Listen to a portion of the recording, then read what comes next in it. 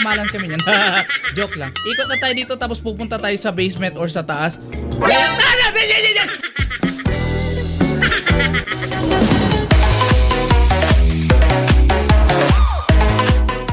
isa na namang horror game ang lalaruin natin ngayon. Masusubok na naman dito ang ating tapang. Sabi ko nga ang tapang ko talaga Kaya syempre mga kaloko, bago natin simulan na video na ito, kung napadaan ka na naman sa channel natin na ito, i-subscribe mo na yan. Simulan na natin ang alamat. Play!